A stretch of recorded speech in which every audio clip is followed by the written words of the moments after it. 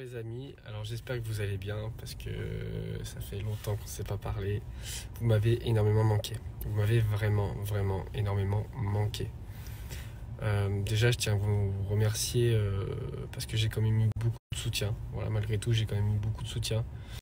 Ces 3 dernières semaines, voilà, ça a été compliqué, ça a été difficile pour moi, pour mon entourage. J'avais besoin de prendre du recul. Il n'y a rien qui arrive par hasard. Et je pense que ça, c'est arrivé à un moment de ma vie où voilà, il est temps que je prenne conscience de certaines choses, de me remettre en question. Aujourd'hui, j'ai envie d'autre chose. Voilà, j'ai plus envie de la vie que j'avais avant. C'est vrai qu'il m'a été reproché des choses où voilà, je veux bien me remettre en question sur mon attitude de charreau, ça c'est clair. Plus sincèrement, voilà, par rapport à mon attitude de charreau. En revanche, on m'a aussi reproché des choses très graves et ça, je l'accepterai jamais. Merci à mon entourage et ma communauté qui m'a pas jugé, qui a jamais douté de moi et ça, je vous en remercie parce que votre soutien était très très très important dans cette période. Voilà, je vous remercie encore et je peux vous promettre une chose, c'est de devenir meilleur. Voilà, je vais faire un travail sur moi-même, même pour être meilleur dans la vie. Ça, je peux vous le promettre. Et en plus de ça, il y a plein de belles choses qui arrivent.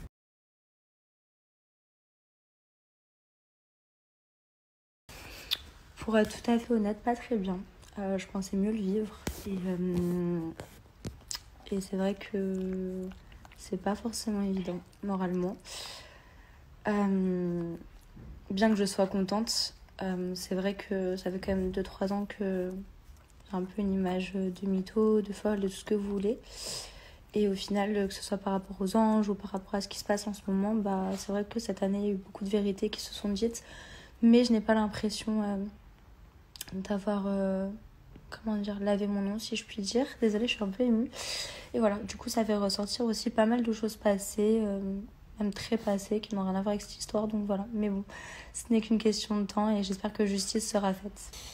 Écoutez, j'ai conscience qu'on touche au salaire de plusieurs personnes, qu'ils ont peur pour leur train de vie, leur notoriété, leur image, et je comprends.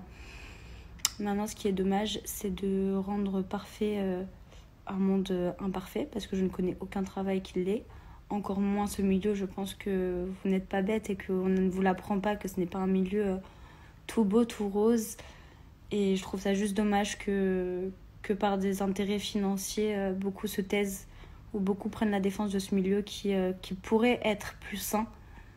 Mais voilà, à des fins financières, malheureusement, les gens perdent un peu la tête et perdent leur valeur, ce qui est bien dommage.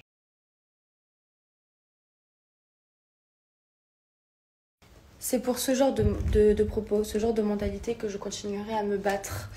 Que ça en déplaise à certains, mais je continuerai de me battre pour les femmes. Parce qu'on n'a pas que des problèmes avec les hommes, et non. Et c'est important de le dire que même des femmes entre elles-mêmes peuvent être mais tellement infâmes, mais vraiment, et je pèse mes mots. Il faut savoir que la culture du viol, ça date depuis des années, des milliers d'années. Je pense qu'à l'époque, par exemple, que ce soit de la noblesse à la paysanne, elle n'était pas dévêtue. Une femme à l'époque était à peu près habillée pareil, sauf en termes de qualité de tissu, etc. Mais une paysanne n'était pas à poil, par exemple, autant qu'une noble. Et pourtant, les deux se faisaient violer. Donc le vêtement n'a absolument rien à voir là-dedans. C'est un exemple parmi tant d'autres, évidemment. À cause de ce genre de propos, à cause de ce genre de mentalité qu'on doit encore éduquer sur la culture du viol, alors que aucun vêtement, aucune tenue ne peut justifier qu'on se permette de rentrer dans le corps de quelqu'un d'autre. Ça me paraît assez fou de devoir l'expliquer, mais apparemment on en est encore là. Alors, si une femme veut même sortir très dévêtue, très sexy, eh bien, ce n'est pas une invitation à rentrer en elle. Le consentement part du principe que non, c'est non. Et que même parfois le oui, ça peut être non.